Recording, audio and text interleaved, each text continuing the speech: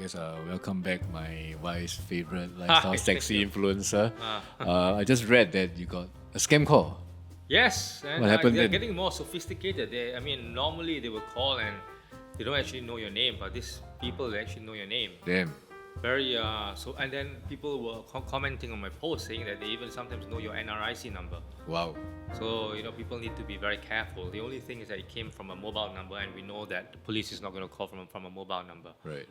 Yeah. So we all have to be very careful. But that sounds scary, though, knowing your name. Yeah, and IC then number. they even call and say, is this Mr. Calvin Cheng? So normally they don't do that, right? Yeah. They just call and then they just hope that the person is and they spoke in English, so normally it's a Chinese scammer. Yeah. Yeah. I got a call also, but not from the police. Yes. I got a scam call and she called me by name in Chinese. Hey, Xingxi, how are you? You know, I lost my phone. This is a new number. I got like, what the fuck is this person saying? Yeah. So scary, but yeah. So I hope you wish him well. We wished him well. I wished him well in very fluent language. So I think we need to be very careful because they're getting more and more sophisticated. Yes. Okay, Yeah. I mean, of course, scam is not what we're going to talk about today. Sure. But it's an important enough topic we need to Right. tell other people, right? So, of course, the big news yesterday was the EBRC report being out. I think there was, I would put significant changes because I think there were all over the island, Right. slight tweaks here and there. Of course, there are some how people see it as more major in the West. But I think there's really a lot to unpack here. But what in your opinion, that really stands out to you when you first read the report? Well, I think that you really have to go down to the first principles. Yeah. So the instructions that were given to the EBRC was to keep things as consistent and constant as possible with reference to the last and previous elections, which means that you want to keep the number of MPs per elector constant. You want to keep the MPs per GRC constant. You want to keep the number of GRCs constant, the number of SMCs constant. So you need to understand that the EBRC, they were given these instructions. Yeah. So they need to start with this set of parameters, and then they need to work from this set of parameters. So when you look at the picture, you're going to say, wow, so many changes, but then you need to go to the first principle and see why they actually made those changes. So on those parameters, then the next step is to look at look at population changes. Yeah.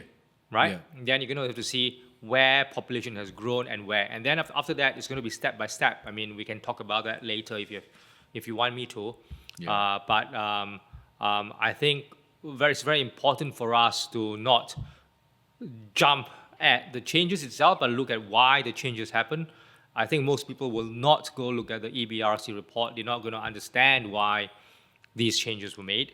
Yes. And there are going to be charges of gerrymandering. I think I've explained before in a previous Mothership podcast that in Singapore it's very hard to gerrymander because gerrymandering requires enclaves of ethnic, religious, or even income groups, and we don't have that. And the reason why we don't have that is something that we need to be very proud of because 80% of Singaporeans live in HDB, Right.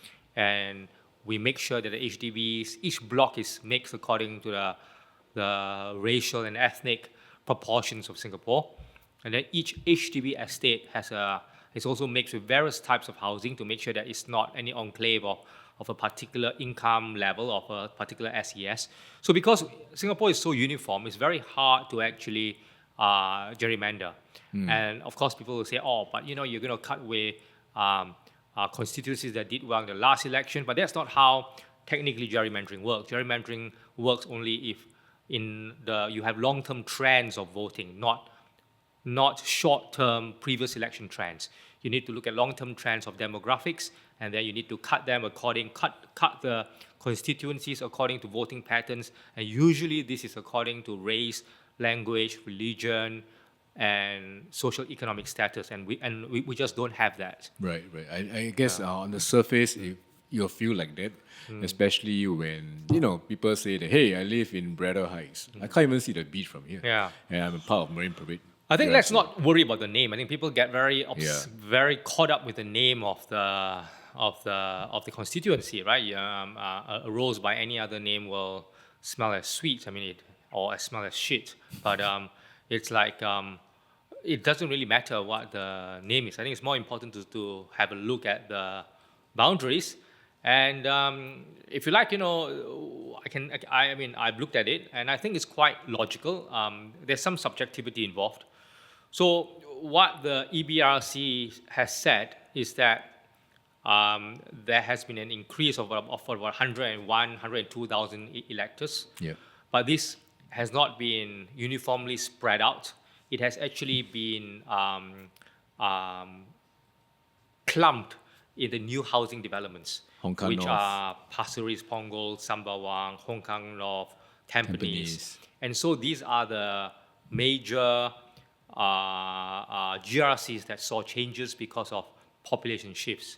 So it's a step-by-step thing, right? So first, you look at the constituencies that has major population changes, then you have to redraw them to take into account population changes. But when you redraw them, you need to refer back to the parameters that the EBRC has been tasked with, which is to keep MPs per electors constant, number of GRCs constant. So, but when you start to redraw, then these ratios change.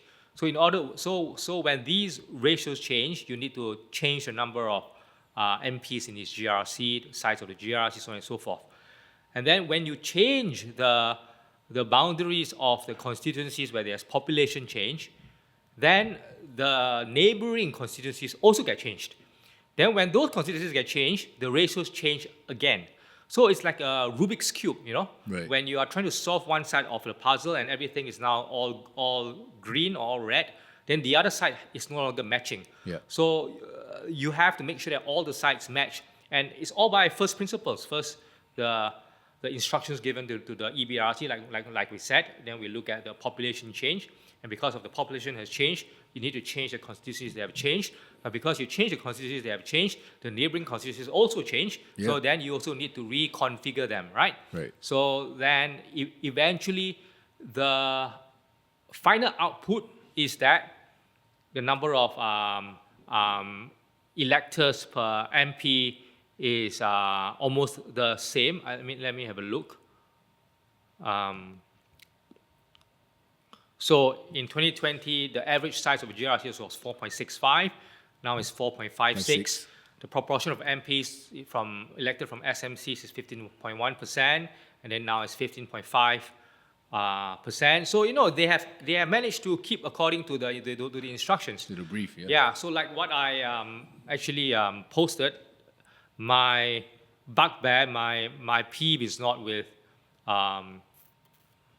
the changes itself, but that the instructions were so conservative, right? So if you are telling them not to change anything in terms of number of GRCs, number of SMCs, then you're not going to see big changes in a way. So my criticism is very different from others. Other people look at the map and say, oh wow, there's so big difference in the map. I don't think that's significant.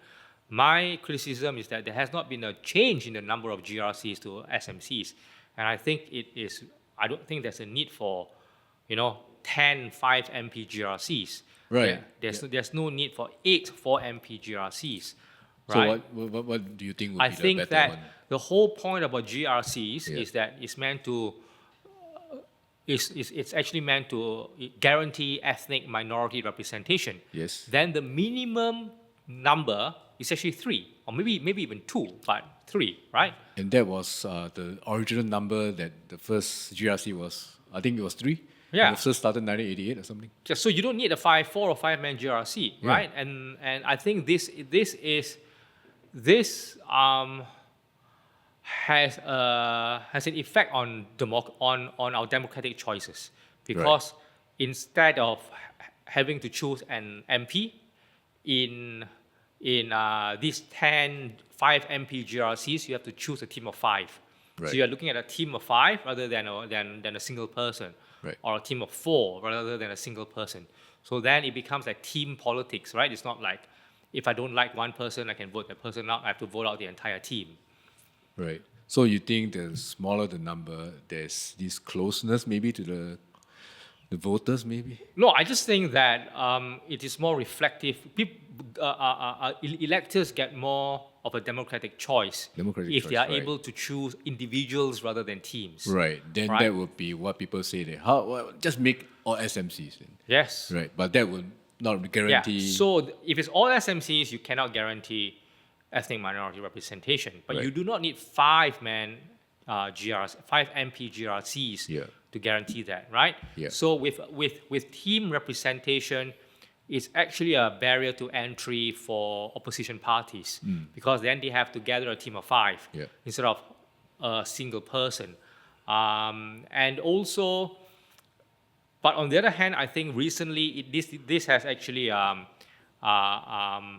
it has blown back against PAP because in the past, since the formation of the GRC system, they have actually anchored each GRC with a minister. You have this idea of an anchor minister, right? Correct. But actually, this is not logically necessitated by minority representation. It has nothing to do with minority representation. Yeah, but it's become such a fixture. Yeah, it's become like a feature, right? Yeah. So in the past, the PAP has benefited from having an anchor minister. Then they can, they say then the other MPs can ride on his coattails, right? And then they get new MPs get elected because of the anchor minister. So it was always about the strongest link. Yeah. But I think nowadays people are more they are more perspicacious. They are actually looking for the weakest link. So so if let's say there's someone in the GRC that you really don't like, just because there's a very strong minister there, it doesn't mean that you cannot vote the entire team out. So I think it's a double-edged sword, right? You can vote the entire team in, but you can also vote the entire team out, which means that you can lose 5 MPs at a go, including a minister. Right. Yeah. So do you think this anchor minister feature is, I guess, overrated somewhat? You don't really need one from what I'm hearing. Yeah. I don't think it's not a feature of minority representation. It's just that the PAP has made the political decision to anchor each GRC with a heavyweight. And Lee Kuan Yew, Goh Chok Tong, and 123G have always been saying, "Hey man, look at this GRC. There's an anchor minister. If you vote them out, if you vote the entire team out, you're gonna vote this minister out as well." And as we saw, it started with alternate people don't give a fuck, right? It's like, if I'm gonna vote the minister or speaker of parliament out, so what? It doesn't really matter. If I don't like the entire team, I'm gonna vote everyone out. Yeah, right. I just want to, I'll just throw a conspiracy theory to you. We spoke about population changes in the different districts. Do you think there's a possibility that, hey, if I'm in the government, I will just, which are the hotly contested areas, and I'll put more BTOs there and make some shifts. But I don't think it's that easy, right? You need the land to be available, right? Yeah. So you're not going to build just willy-nilly build BTOs just because for political gain. You're going to have to see where land is available. Yeah. Right. It's just something that I thought the West is quite a lot of major shifts. I see like 3 Jurong's in the West now. There's a Jurong Central SMC, West Coast Jurong West GRC. There's one more. Jurong East Bukit I think Batok. we should address the politicians' complaints. The opposition politicians, they always complain, I've worked the ground very hard, and then suddenly it's changed. But it also cuts both ways. There are now PAP MPs who have now been absorbed. So like Tin Pei Ling's SMC has been absorbed. Minister Graceful's SMC has also been absorbed, and I think they've also worked very hard. There's a natural connection to her constituents, right? But now instead of just relying on themselves. So if I were Pei Ling, I would say, hey, listen, I'm very popular in my constituency, right? So I think she won 71%. But now that I've been absorbed into a team, suddenly I'm going to have to rely on my team members. If people don't like them, then I also kinda voted out. Right. So it actually works both ways. Right. Where has McPherson been? Marine Parade. Okay, Marine Parade, right? Bridal Heights. Yeah. So like Marine Parade has been a target of the Workers' Party, Yeah. right? Whereas McPherson for her was a safe ward, Correct. right? So now suddenly, if she's running again, instead of being in a safe ward, she's now under attack from the Workers' Party. So it actually works both ways as well. Would you say it would make Marine Parade a bit safer for the PAP then? Well, with McPherson. So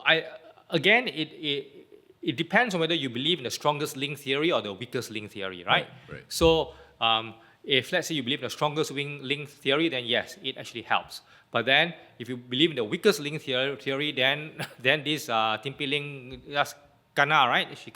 She got absorbed into a 50-point-something constituency, and now it's all averaged out, and suddenly she's stuck with team members that may not be as popular as her. Right. Yeah. Right. So she may be the strongest link there.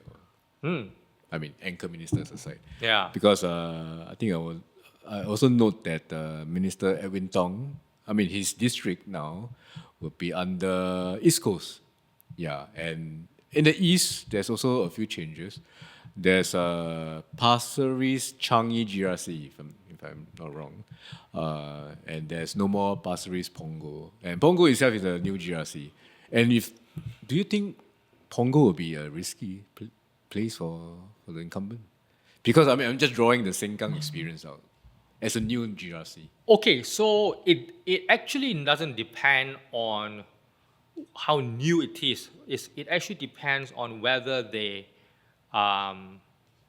select the previous MP that was serving most of those constituents. Right. Right, because politics is about you're getting more and more it's about connection with your constituents. Yeah. So under Lee Kuan Yew's time, those times are past where you can say, hey man, this guy's from PAP, I chose him, he has got 10 A1s, please vote for him. People don't give a fuck, right? So people are more interested in whether the MP has served them in the past, right? So I think the problem with Sengkang was that they brought in PAP MPs like Amrin, he was brought in from somewhere else. Correct. And put into Sengkang. And you don't have the personal connection. So even though he was very popular in his previous constituency, people in the new constituency, they don't know who he is. Right? And then you're gonna start from afresh. So I think it also depends on who they field in each constituency. Right. So if they were to,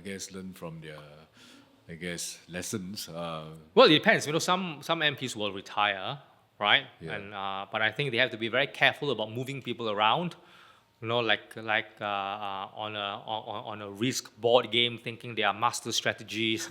They can just parachute people here and there. Yeah. I think parachuting doesn't work anymore, right? So if they think that just picking up a popular MP from one constituency and you block him into another one, and say, hey, vote for him. He was very good over there. No one gives a fuck. Right. Yeah. Yeah. I guess that's one important lesson to learn. You talk about parachuting, I think of course there are a few names that you spoke about Amrin. There's also Ng Chee Meng being the SecGen of NTUC. I think it's necessary for him to be in Parliament. But now, he's not an MP, but he's coming one. I don't see why it's necessary for him to be in Parliament. Oh, really? Why so? In the last 5 years, he was Secretary General without being in Parliament. Right. So it depends on whether the Prime Minister thinks that he should be fielded or not. I feel like he's letting his deputy SecGen doing the talking for him in Parliament. Fighting for workers and all. Yeah, but in the last 5 years, the SecGen has not been in Parliament, so right. It doesn't mean that just because he has not, and then NTUC has functioned, So I don't know. Let's see where Mr. Ng wants to be fielded, is going to be fielded, yeah. But it doesn't seem that he'll go back to Sengkang. Right. On the trajectory on Punggol GRC, and the subject of anchor minister. Now that I see SMTO is probably part of Pasir Ris Changi, who would you think would become this anchor minister for Punggol? You think? I think because that would mean having to parachute someone in. Because I don't know who because I all the constituencies are not new. Yes. They were part of something before. Yes. So I've not looked into this. Right. Is any minister a current MP in this new GRC? Right? Drew, who's the current MPs there? I think there's a MOS Sun Xueling. There's SMS Janu. There's Yo Wan Ling. Yes. Who's the last? Yeah, so I don't know who the new GRC covers. Yeah. Whether there's a minister there, right? Yeah. So we're gonna have to look into that, and then that will be all. I mean, and then if let's say there isn't, then maybe they might have to move move a sitting minister there. But this is like a rule of thumb. And that will feel like an Ng Chee Meng situation again with Sengkang. Yeah. So, I don't think this works anymore, right? I think the PAP has to realize that just, moving a heavy weight from somewhere else and putting him in, unless he is a nationally popular minister, right? Nationally popular. So like moving DPM Heng to Aljunied probably helped him then because he was the anointed successor. Oh, sorry, you mean Tampines? No, back in 2020. DPN Heng to Tampines. Yeah, from Tampines to East Coast, right? Correct. Right, so he has some national cachet, a national branding. Yeah. So moving him to East Coast, even though he has never worked the ground in East Coast, people might still give him face because he has a national branding. Yeah. So but otherwise, if the person if the minister as a member of parliament doesn't have a personal connection or a network with the people, name recognition itself might not be the most important thing. So I suppose in terms of name recognition, I think of course the biggest draw of the PM himself to be that, to move out of Marsiling UT even to anchor something. But that would be quite a risky move, don't you think? I don't know. I'm not the strategist for the PAP. I mean, I thought that moving DPM Heng from Tampines to East Coast would have been quite risky as well, right? That's true. Right, and I think they won 50-something% as well, right? Yeah. I think that's that. Yeah. I also, there's this function that you can search your own address and look at it. I was from SMC, now I'm a GRC. Yeah. Now I'm Marine Parade. Which GRC are you in now again? So now I'm in Radin Mas. I'm very happy. Right, SMC, right? Yeah. Right. So I used to be in West Coast GRC. Right. And I remember last election in 2020, I had no idea that West Coast came so close to becoming a PSP constituency. When I woke up in the morning, I was like, what the fuck, right? It's like, I was thinking, luckily, otherwise I might have to pack up and move. This is so bad for you. Yeah, crazy. Right. Yeah, so, but now we're under Radin Mas. I think if they're going to feel Melvin Yong again, he's quite a hardworking, popular member of parliament. Right.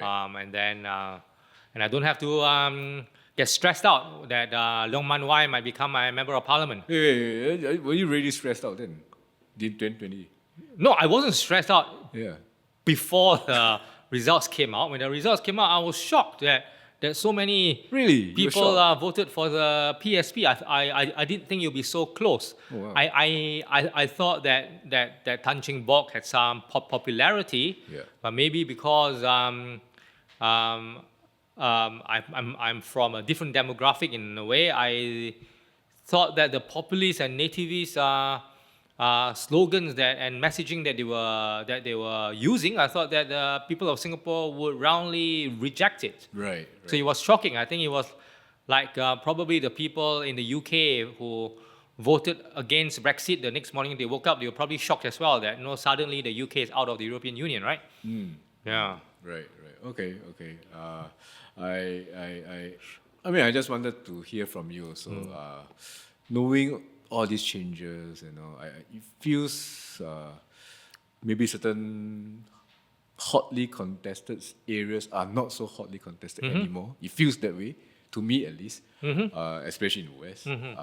So what would Actually, be success for the PAP then? I'm actually not so sure. Oh, really? Right? Okay. No, it comes back to the weakest link, strongest link theory, right? Yeah. So no matter how you reconfigure, it all depends on the constituencies that the popular opposition politicians were walking, where they have been absorbed into, and how the reconfiguration is done.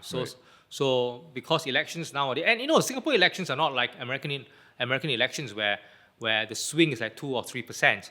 Our swing can be about 10%, right? So because of these big swings, when a supposedly strong constituency absorbs constituency that an opposition politician has been doing a lot of work in, that constituency might suddenly become a weak constituency. Right. And of course, it works the other way around, right?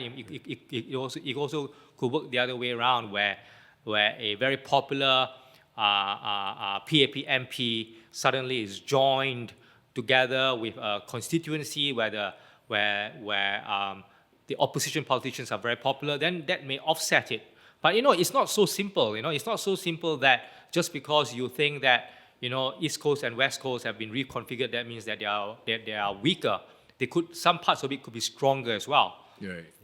I mean, it's a good point, but I wanted to go back to PSP again because I felt. Yeah. I thought Leong Man Wai has a kind of good impression with, I guess, the older folks, I suppose. So like I said, maybe these are not the people that I hang out with, right? So I am a Singaporean who roundly rejects populism and nativism. Right. Did you see the exchange in Parliament? Yes. I was. The Cantonese thing. I was overseas, but I saw it. Right. Strangely enough, when they converse, when they not debate, but when they speak in Cantonese, it just feels very folksy and not so harsh as like an English thing, which I felt it may be of advantage to Mr. Leong maybe. Yeah. So it as I was arguing, it works both ways, right? Yeah. So I do not know where Leong Man Wai has been working. So if let's say his constituency is now suddenly part of a previously strong PAP constituency, then those people need to be worried because the Populist Singapore Party has been working mostly in the West. What do you call it? A Populist Singapore Party? Isn't that what PSP stands for? Progress. Oh, okay. Yeah. So they've been working mostly in the West. So I think they've been covering a bit of ground. So it depends where they have been working. Yeah. Right. Okay. Yes, it's a Progress Singapore Party. Okay. Just to make it very clear. By the way, just to come back to on Punggol GRC. Yeah. So the three MPs currently in charge of those wards would be Sun She Ling, Punggol West, and then it would be Janil Putucherry from Punggol Coast and Yo Wan Ling from Punggol Shore. And I think they've added one seat due to the demographic changes. Right. So could be a anchor minister. So then they are. So that means that they are missing a minister, right? Correct. Yeah. Let's maybe head down the map a bit back to, I guess, near the east. But Aljunied, I thought it was redrawn for the first time since 2011. I think a small silver of it was passed to Tampines GRC, which is maybe that's just my thinking because I thought they wouldn't touch opposition wards at all. So Aljunied wasn't changed; it was shrunk. Shrunk, right? Correct. Because they just moved polling districts from Aljunied to Tampines GRC. Yeah, they moved 2 polling districts. So I don't think it will affect Aljunied that much since they were not reconfigured. They just shrunk, right? Whose ward was it? So I just checked his Gerard Giam's ward. Gerald Giam, right. So I do not know how Gerard performed in the last election, I mean, someone can dig up the figures. So if he did very well in the last election, then Tampines GRC, they need to be worried, right? So then these people who used to vote for Jaragia might feel a bit pissed off that they're not part of Tampines, and then they might continue voting for the opposition. Yeah. So you see, politics is there's so many variables. They could be voting for the opposition. They could be voting for the Workers' Party. Yeah. They could be voting for Jaragiam. Sure. Right? So if these people are moved to Tampines, it could be that they continue voting for the opposition, or they could say that, okay, if the Workers' Party is not running in Tampines, I'm not going to vote for the opposition, or it's none of the above. They really like Jaragiam, and then when they move to Tampines, they might vote for the PAP. Yeah. Right? Yeah. I mean, that makes sense to me, at least. Talking about, I mean, we spent a lot of time talking about GRCs. Right? Yes. And I think SMC plays a big part too. I know that there's there's an additional SMC, but I see some of these SMCs almost like they are carved out from safe PAP GRCs. You have some, there's a Sembawang, what's that SMC again? Sembawang West, is it? That's from Sembawang GRC, which is traditionally quite popular for the party, for PAP at least. There's running. There's a new one, Queenstown SMC, which is. So carved out from Tanjong I Pagar. don't know who has been walking the ground there from the opposition, Right. right? If an opposition has been walking, if someone has been walking the ground there consistently for the last 5 years, it doesn't mean that it's safe anymore, right? Because then there might be a personal connection. Right. So, and also it depends on who is going to be running in that SMC. If they're going to parachute someone new in, then that person doesn't have a personal connection with the constituents, then it's going to be a fairer fight, so to speak. So, so politics, voting all across the world, especially for our kind of first past the post Westminster system, people either vote for the party and or the individual. So some people might blindly vote for the PAP regardless who it is. Right. I mean, some hardcore opposition, they say that even if you select, if you feel the Mickey Mouse, they will vote for Mickey Mouse, as long as the person is from the opposition. Go to Disneyland, right? though. But some people actually like the person. They actually vote for the person, right, rather than for the party. Yeah. I mean, speaking to various people, various different types of voting, I guess, mentality. Some say, hey, I want to spoil my vote. I want to do this and do that. Some people are irritated now that they are not part of a GRC.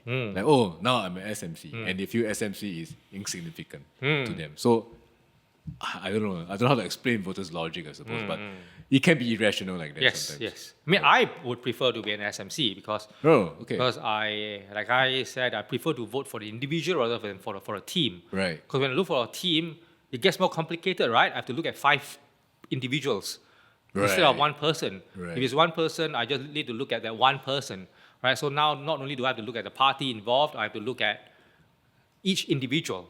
Right. Do you think the more SMCs actually will be safer for the PAP? Because it would mean that you may not lose an entire team of ministers or POHs. No, so it cuts both ways. Right. Weakest link, strongest link theory. It could be that in some constituencies, a very popular anchor minister can pull his whole team forward. Like, President Taman probably had that effect. Yeah. That, if it's President Taman and 4 Donald Ducks, all 5 will get voted in anyway, right? Yeah. But if it's someone that's not so popular, then it might have a different effect. Right. Not for Ivan Lims though. I think that would be problematic. Yeah. I mean, I just want to go back to that question again. Looking at this new boundaries report, what would success look like for the PAP? Like, could it be I think status quo? they will be very lucky to hold the status quo. Okay, lucky. Yeah. Because I think that globally, incumbents have had very tough time, right? bad election results in the last couple of years because of global inflation. So cost of living problems have been on the minds of electors, of voters all over the world, right? So it's similar in Singapore. You can see that people are very unhappy with the cost of living. Right. So I think they will be very fortunate to hold the status quo. Right. I mean, I do note that the inflation figures are on the down. But it will downward take spiral. time for people to feel these figures, right? And and inflation doesn't mean that prices are not rising; just means that it's rising slower. So prices would still remain high. Yeah. I think it'll be if GE were to happen last year, it would be very bad, I suppose. Okay. Looking at the maps, I think I just want to ask you also, which other areas do you think will be keenly contested? It's not possible to know until we candidates. know the candidates. Right. Right? So I think that, what's the name of the new East Coast GRC? East Coast GRC is East Coast GRC. Is it still East Coast Marine GRC? Parade is now Marine Is there Parade Bradder Heights. Is there still an East Coast GRC? Yes, there's an East Coast GRC. Is that right, Drew? Yeah, I'm just checking right now. No, it's still East Coast. So I think East Coast. So this is comes back to my previous point, right? Yeah. So East Coast GRC was Jalan Besar GRC before, and that part of Singapore has always been keenly contested. So what I'm saying is that no matter how you withdraw it, Right. if the people remain the same, then it all depends on the weakest link, strongest link, right? And how you actually recall, because the core is probably going to remain similar. Right. And because the opposition has been walking the East for so many years, I think probably more than a decade. Right. So the Workers' Party has strong grassroots in the East. Right? They have strong grassroots, and they have very strong resources in the East. So they've been fanning out across the East for, I think, 15, 20 years now. Right. So no matter how you redraw, because they have so much presence in the East, it's always going to be hotly contested. Right. Okay. I mean, that makes sense. The thing is, for West Coast, when PSP contested that, I mean, it was first election for them, and you When nearly, this was last time? yeah, last time. Yeah. I mean, you nearly woke up with a Well, because you were shocked. But Tan Cheng Bock has brand recognition. Brand recognition. That's Right? what you Because mentioned too. Yeah. he was Telok Blangah, right? I believe so. Or something. Let me look it up right now. Yeah, no, Yeah. Ayer Rajah. He was the MP Ayer Rajah. for Ayer Rajah. Correct. And which means that even before he founded the Populist Singapore Party, he already had brand recognition, right? Right. So, And then, supporters for Yeah. him. Yeah, right. Okay. That makes sense. I thought now that the report is out, the next obvious step is to dissolve the parliament. I mean, if you put on look into the crystal ball. Might be May, huh? May, yeah? Ah, It's gonna be May. Yeah. You think it's gonna be May? I don't know. They have to find a holiday, right? They have to find or unless it's a Sunday, because Yeah. you need the schools to be empty. Correct. Yeah. But would it be on? I mean, June will be school holidays. Would be Yeah. quite painful for people. Yeah. People fly out. If teachers on leave. Yes, and yes. Stuff. Yeah. I think it's Yes. May. Sounds like it. Yeah. Yeah. So I think the other guy who's going to be a bit disappointed will be Chee Juan, right? Oh yes. Because he was working Bukit Bukit Batok, and now he's part of Part of this Jurong East Bukit Batok Jurong GRC. East Bukit Batok GRC, which means that he has to find A team. 4 amigos. Find another. Is it 4? Is it Jurong East Bukit Batok? Is it 4 or is it 5? a 4? I think it's 5. Huh? I believe it's 5. And then I can't be sure. So yeah, it is a 5. It is a 5? It's a 5. Yeah. So then he has Needs to 4 find more. 4 amigos, and then it's not so easy to find four amigos. Although, in my opinion, wherever he runs, he's going to be the weakest link anyway. Oh, why? Yeah, Why so? because of his history with Cham Si Tong, and I think Right. some people still remember that. I mean, he's Right. an eloquent speaker. I think in his party, Paul Tambaya is the strongest candidate, but I'm not sure he's going to be running, right? He ran. He contested in Bukit Yeah. Panjang SMC. Okay. The last one. Okay. Actually. Okay. Yeah. I mean, talk about Chee Juan. I think he it feels like a different person. Do you think? From what you experienced? Well, I think then?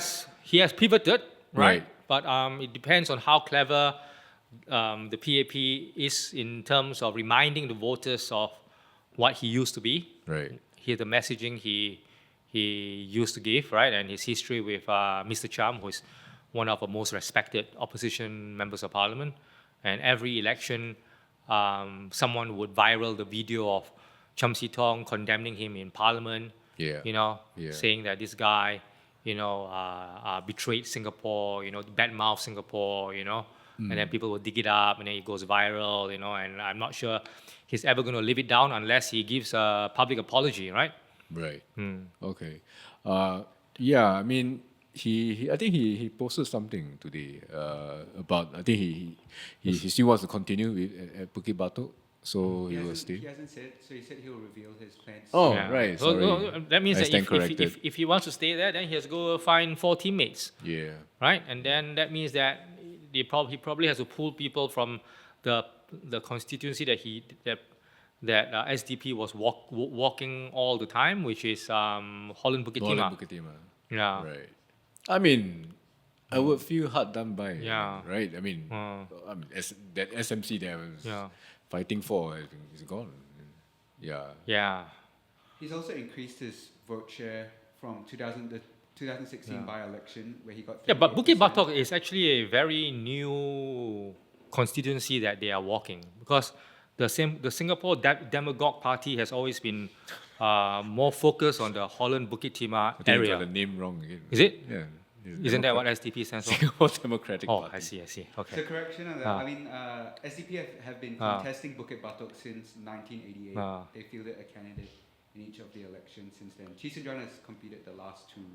In Bukit Batok. But one was a by-election. Yes. Yes. Because the Singapore Demagogue Party has always been more focused, I think, in the Holland Bukit Timah area. That is because they have always been very.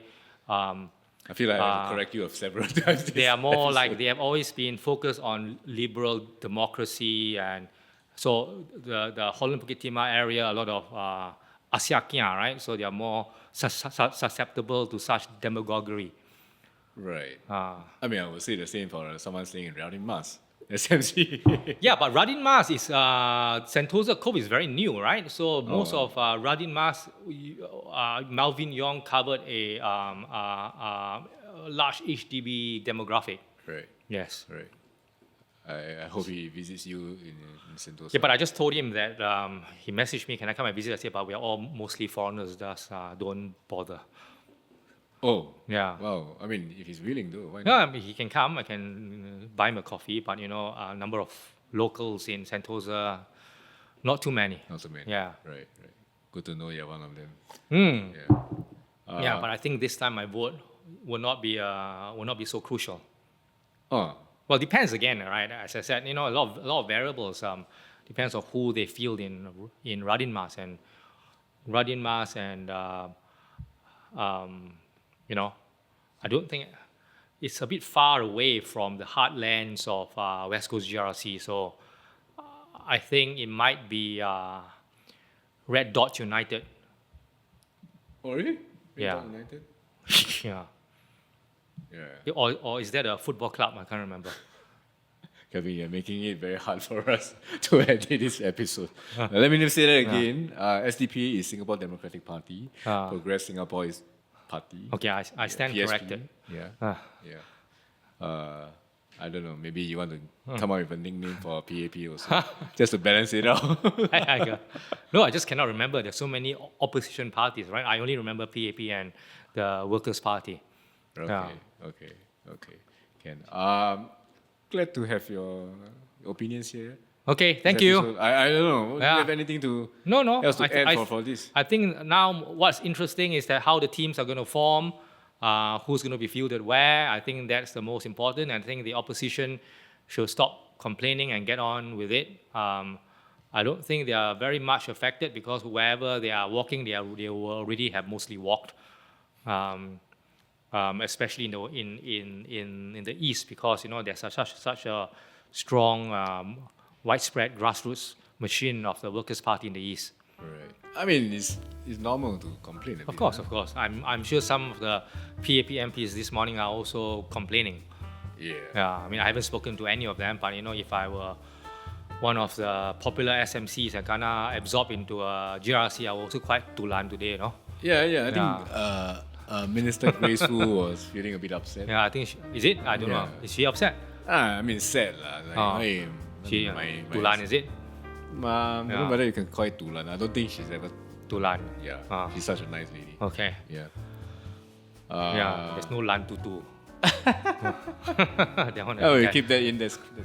This podcast is powered by Audio Technica.